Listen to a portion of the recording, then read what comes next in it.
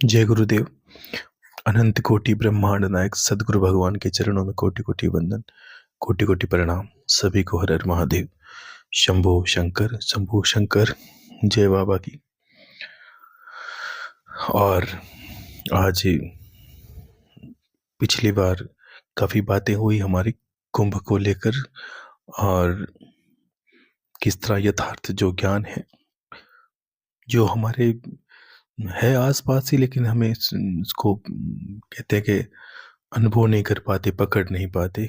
उसके लिए हम भटक भटक जाते हैं मार्ग से।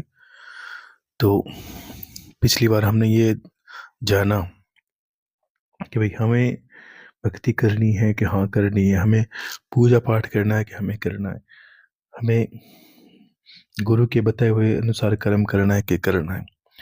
अब ये बात एक और अच्छे से समझिए कि काफ़ी बार ये संशय रहता है कि इंसान अगर एक भक्ति करता है आत्मज्ञान की प्राप्ति के लिए, और तो सांसारिक काम के लिए क्या वो दूसरे देवताओं को मनाए। देखो, ऐसे कोई दोष नहीं है किसी किसी की पूजा करें। पिछली बार ये भी आपने अनुभव किया कि सबकी पूजा ईश्वर को समर्पित होती है। भगवान कृष्ण ने कितना अच्छा कहा था कि अर्जुन, नाना प्रकार की योनियों को जब इंसान अपने काम हेतु, अपने निज स्वार्थ हेतु कोई काम ना करके पूजा करता है, तो मैं ही जाके फल देता हूँ। हमने चाहे किसी पत्थर को पूजा, हमने चाहे किसी पेड़ को पूजा, तो हो सकता है नारायण को नहीं पूजा, तो लेकिन उसके अंदर से जो फल आता है समर्पण में, तो कहने करते हैं वो पेड़ भी नारायण ही है। भगवान यही कहना चाहते हैं, जो जागृत है वो मैं हूँ, जो तत्वदर्शी वो मैं हूँ, और हर जगह में ही मेरा ही स्वरूप है जो व्यापक है। हम इसको और अच्छे से कैसे समझे? देखो, अब एक बात है, एक गुरु की भक्ति, एक गुरु की सेवा, एक गुरु के कहे अनुसार कर्म करना ठीक है, मान्य है। गुरु एक लाइसेंस की बात ही है। गुरु है तो आपकी भक्ति मान्य है, गुरु है तो आपकी पूजा फलित मान्य है, गुरु है तो आपकी किए कर्म भी मान्य है। अब एक गुरु हमने धारण किया और गुरु ने हमें कर्म का मार्ग बताया कि ये आपको कर्म करना है, जीवन भर ये धर्म करना है। कर्म हमने कुछ जो गुरु बताया था वो धारण किया, और बात आई हमारे इष्ट पर। गुरु ने कहा कि महादेव की सेवा कीजिए, पूजा पाठ कीजिए, और हो सकता है आपका चित्त भगवान राम में हो। गुरु में श्रद्धा पूरी है, लेकिन अब गुरु तो कहते हैं शिव की पूजा करो, वो करो। देखो, यहाँ आपको थोड़ा समझना है। मैंने कहा जो कंकर है, यानी आपकी जो भी देवी देवताओं की मूर्ति है, कैसा भी कंकर कंकर शंकर, कहने का अर्थ है कि सब एक ही स्वरूप है। तो हम एक ही स्वरूप हैं, तो नाना प्रकार के देवों को हम क्यों पूजें, या कितने देवी के देवताओं को पूजें? यहाँ इतना वर्णन है कि अगर जीवन पूरा निकल जाता है और हमें ये नहीं समझ में आता किस देव की शरण में जाए। हमारी आस्था भगवान नारायण में है। किसी ने कहा शिव को पूजो, किसी ने कहा कृष्ण को पूजो, किसी ने कहा राम को पूजो, लेकिन हमारी अंतरात्मा बस भगवान नारायण की ओर आकर्षित है। तो आपके इष्ट नारायण है, तो आपको क्या करना है कि अगर मैं कहूँ शिव को पूजा ऐसे करनी है, आपको श्रद्धा है, आपकी पूजा करनी, करें आप। भगवान शिव तो महान, सभी देवता, मैंने कहा ना, सम्मान बहुमान, बहुमान का अर्थ है सभी देवताओं को शिव स्वरूप ही समझना। अब क्या होता है कि हमने एक जब अपने इष्ट का चयन किया, तो एक इष्ट की भक्ति हमें जीवन भर करनी है, अंत तक, ताकि आपको अंतिम समय तक उस इष्ट का नाम, उसके प्रति समर्पण और आपका लगा उसी के चरणों में रहना चाहिए।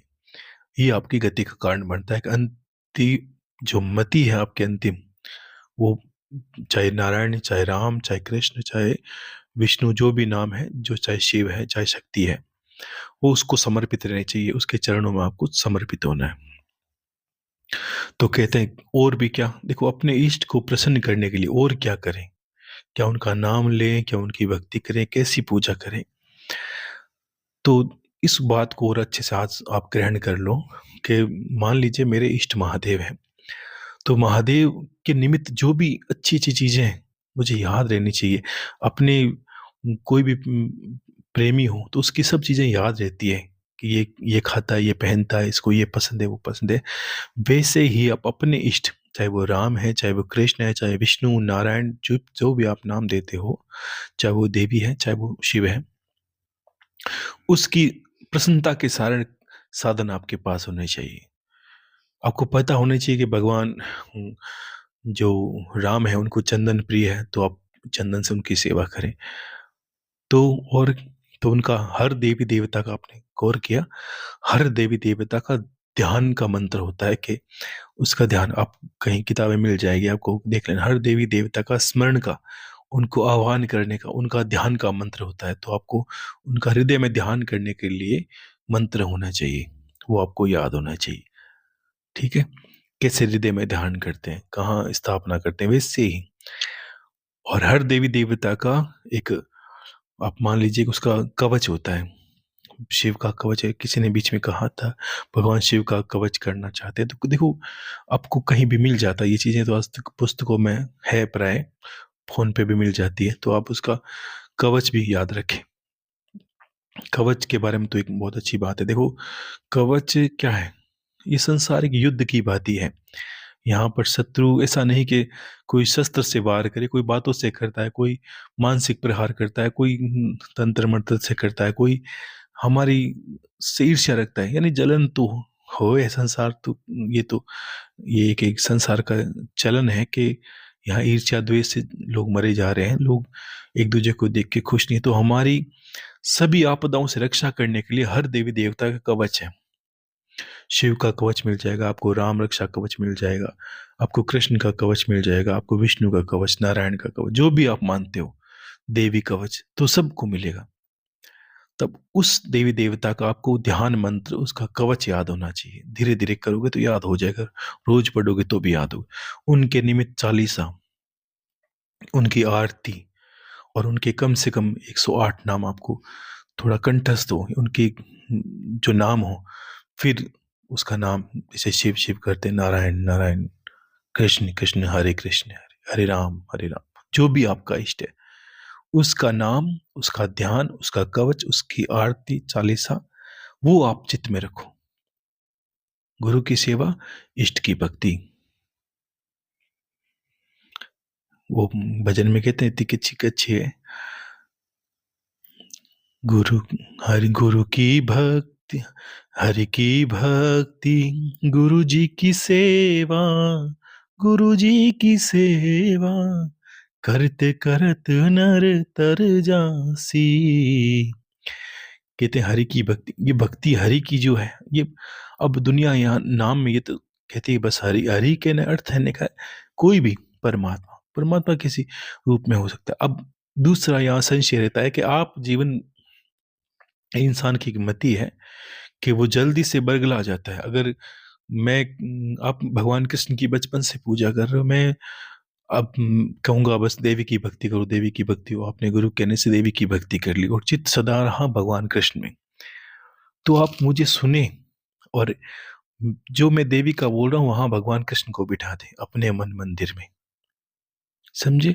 और गुरु की सेवा, उनको देवी समझ कर आप सेवा कर ले। मैंने कहा शिव, और आपकी बड़ी आस्था परम हो सकता है भगवान नारायण में है, तो वो उन्हीं की जगह उनको बिठाकर, उनका नाम लेकर, अगर मैं उनको कहता हूँ, मैं कहने का अर्थ है मैं अपने हृदय की बता रहा हूँ। कहीं कहीं हो सकता है लोगों की मेरे रूप, मैंने देखा सब एक ही लगते हैं मुझे, आप चाहे वो किसी पत्थर का नाम ले लो, किसी नाम ले लो, सब शिव का स्वरूप है। तो आपके हृदय में वही है, होना चाहिए कि गुरुदेव भगवान शिव का कह रहे हैं, तो वो मेरे भगवान लड्डू गोपाल जी का कह रहे हैं, ठीक है ना। तो ये आपके अंदर होना चाहिए कि भगवान गुरुदेव भगवान शिव का कह रहे हैं, तो हो सकता है वो मेरे राम का ही कह रहे हैं, वो मेरे कृष्ण का ही कह रहे हैं, वो मेरे नारायण का ही कह रहे हैं, वो मेरी जगदम्बा का कह रहे हैं। एक, तो इसको कहते हैं एक साधे सब सदे, और सब साधे सब जाए। अगर भगवान थोड़ा एक लाइन भगवान राम की कर ली, बीच में काफी लोग एक एक मैसेज, एक दो जो जने हैं लोग करते हैं, उन्होंने कहा कि सुबह देवी के वो कवच करते हैं, शाम को वो करते हैं, या करते हैं। अब यहां तक आपको समझ में आया, ये आपको नहीं करना है। जो समय देना है 10 गड्ढे नहीं करना, एक गड्ढा बनाना है, कुएं की बात, इसको खोदते जाना जीवन भर, चाहे कुछ मिले चाहे ना मिले, बदलना नहीं है। बीच मझधार में ना तो भगवान के नाम को छोड़ना है, ना किसी और को। तो जीवन बिता दोगे 2 साल इनकी भक्ति, 1 साल उनका नाम, तो आपका चित्त नहीं ठहरेगा, आपको नहीं समझ में आएगा करना क्या है। ठीक है? तो फिर आपको उसी की भक्ति, उसी का नाम, उसी का कवच। और अब बात आती है सांसारिक कामों में। तो देखो, जिनका नाम लेते हो उनके निमित्त आप कभी भी कोई दीपक, मैंने कहा एक दीपक मनोकामना विधि है, और ऐसे बहुत समय पहले बता दिया, लेकिन 1-2 रोज में कभी समय मिलेगा तो मैं वो एक वीडियो बना के आपको अच्छे से समझाऊंगा कि ये किस तरह कार्य करती है और किस तरह आपको ये दीपक करना होता है। वो आप जो आपका इष्ट है, देखो मैंने सदा बाबा का नाम लेता हूँ, सदा भगवान शिव का नाम लेता हूँ, तो मेरी कोई दिक्कत हो, परेशानी हो, तो मैं उनके सामने प्रार्थना करूंगा। यानी जिस पे अधिकार है, जिनकी सेवा रात दिन करते हो, उन्हीं के निमित्त करना होता है। यूं नहीं कि आपने जीवन भर भगवान कृष्ण के गुण गाए, उनकी भक्ति कर रहे हो और भैरव जी के आगे दीपक कर रहे हो, तो बहुत समय आप समझो कि मान्य होगा, लेकिन उसमें थोड़ा समय लग जाएगा, क्योंकि भैरव जी से आपकी नई जीनी पहचान हुई है। एक मतलब ऐसी हंसने की बात, कहने का अर्थ है हर देवी देवता का कवच है, हर देवी देवता का ध्यान है, उनसे कार्य, चीज एक ही है, लेकिन जिनमें श्रद्धा ज्यादा हो, जिनकी सेवा रात दिन करते, उनके निमित्त ही करना होता है। वो जल्दी से आपके दीपक की ऊर्जा को ग्रहण करते हैं, आपकी प्रार्थना सुनते हैं और आपका कार्य करते हैं। जिन पे आपका अधिकार है और जिनका आप पे अधिकार है, दोनों वही मान्य है, और उनके निमित्त ही करना होता है। ठीक है? तो गुरु की सेवा इस तरह करनी है और इस तरह इष्ट की भक्ति करनी है, और उन्हीं निमित्त ही आपको ये कार्य करना है कि कोई दीपक विधि हो, मैंने कहा जिनकी रात दिन सेवा करते हो। और फिर यही संशय रह जाता है कि इनका अनुष्ठान जीवन पर्यंत, उनको छोड़ना नहीं है, नाम को छोड़ना नहीं है, उनसे एक से आपके सारे कार्य हो जाते हैं। अंत में ऊर्जा एक ही है, सब एक ही जगह, सब भगवान ने कहा ना, मैं ही जगह पूर्ण करता हूँ। तो अगर शिव है तो आप ये सोचिए, भगवान अगर शिव मेरे आराध्य है तो आपके आराध्य है, ये नहीं, आपके आराध्य। मान लीजिए आपकी श्रद्धा भगवान शिव में है तो आप तो करना ही है, लेकिन कोई हमको शिव ही समझना, हर वस्तु को। कहते हैं कि भगवान हनुमान जी महाराज है, तो राम जी उनके इष्ट हैं, तो उनको उनको कुछ नहीं दिखता, सामने कोई भी हो, उन्हें तो बस एक ही बात है, भगवान राम राम राम, बस। मीराबाई है तो उन्हें क्या, बस कृष्ण कृष्ण, और कुछ नहीं दिखता, भगवान कृष्ण, ये कृष्ण है, वो कृष्ण है, ये कृष्ण है। सारा जगत कृष्ण में हो जाए, अगर शिव को मानते तो सारा जगत शिव में हो जाता, शक्ति को मानते हो ये सारा जगत शक्ति में है। ठीक है ना? छोटी मोटी परेशानियों को देखकर, ये चीजें उठाकर आपको भक्ति नहीं बदलनी है, ना इष्ट को बदलना है। यहाँ दुनिया थोड़ी बरगला देती है कि आपने कहे कि मैं बात माता की सेवा करता हूँ, इतने दिनों में कोई फल नहीं मिला, तो तुरंत कोई बोलेगा नहीं नहीं, तुम तो वो करो, तुम तो वो करो। तो ऐसे करके कभी नहीं बदलना। ठीक है?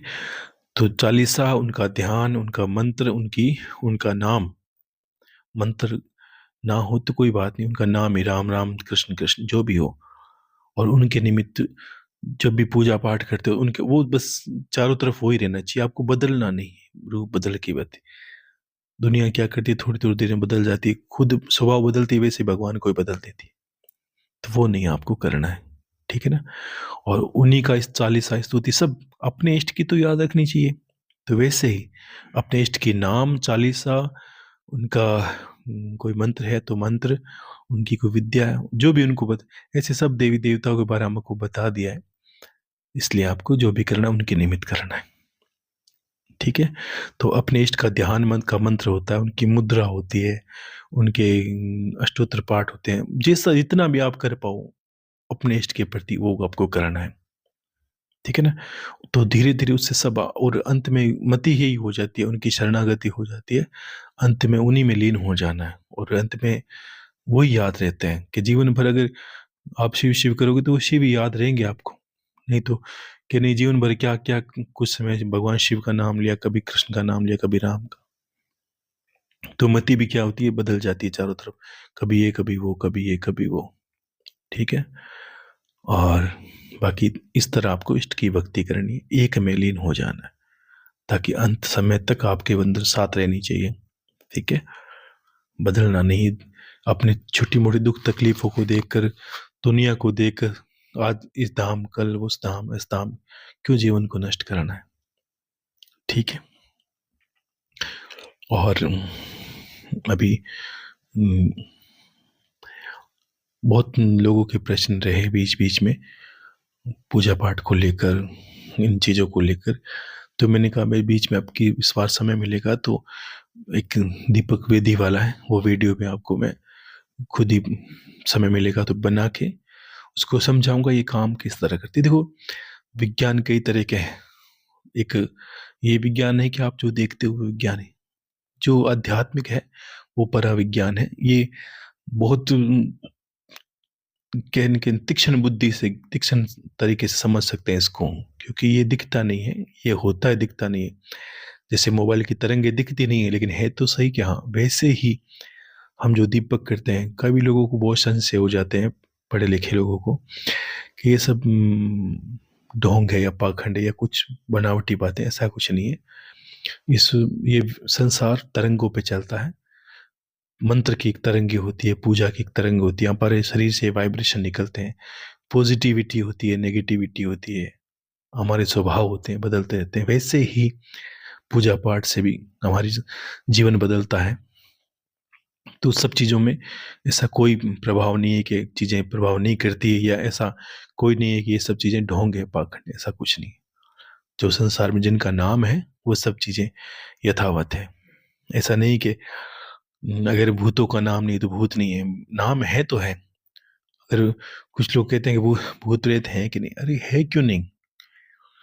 आप हनुमान चालीसा पढ़ते हो क्या? तो ये क्यों लिखते हैं कि भूत पिशाच निकट नहीं आओ? तो कुछ है तो तभी नाम आया है। वैसे ही हर देवी देवता के आप चालीसा में सुनोगे, आपको हजारों जगह मिल जाएंगे, इस तरह की चीजें भी होती है सब। मैंने कहा जो चीजें हैं जिनका नाम है वो यथावत है। ठीक है? तो हमें तो कोई ऐसा ऐसा नहीं करना। जो चीजें आस्तिक इंसान किसको कहते हैं? कि जो मानता भी है भगवान को। ठीक है ना? तो वो चीजें की बात है, इसलिए आपको ये चीजों का ध्यान रखना है। और बाकी इस बार जब भी समय मिलेगा मैं आपको वो वीडियो है बना के आपको दिखा दूंगा किस तरह ये दीपक करना है। पिछली बार बनाया हुआ था तो बहुत समय पहले गुरु भाई जी का, कुछ लोगों ने कहा अच्छे समझ में नहीं आया, तो मैं इस बार आपको ये बता दूंगा ये किस तरह काम भी करता है। ठीक है ना? और 4 दिन जिनकी सेवा करते हो उस इष्ट के निमित्त 41 दिन का दीपक करते हैं, तब इनका किस तरह ये प्रभाव करता है, हमारी किस तरह जो तरंगे होती है, जो हवन से मिलती है, अग्नि क्यों प्रभावशाली है, ये सारी बातें मैं आपको उस वक्त ही बताऊंगा। क्यों दीपक का महत्व है, क्यों धूप क्यों करते हैं, क्यों ये हवन कुंड जलता है, क्यों ये आहुतियाँ पड़ती है, इनका क्या कारण है। ऐसा तो नहीं कि व्यर्थ में जला रहे हैं, ऐसा कुछ नहीं है। ठीक है? तो वो सब चीज़ें आपको करनी है, आपको धीरे धीरे समझ में आ जाएगा। ठीक है? अभी थोड़ा इतना ही समय था, थोड़ा समझाने के लिए कि भाई एक इष्ट रखो, सेवा करो, भक्ति करो, उनका नाम गुणगान यश उनके प्रति समर्पण हो जाओ पूरा, और सुनते रहो, कोई बात नहीं। ठीक है? तो खुश रहिए। हर हर महादेव, शंभो शंकर, शंभो शंकर, जय बाबा की।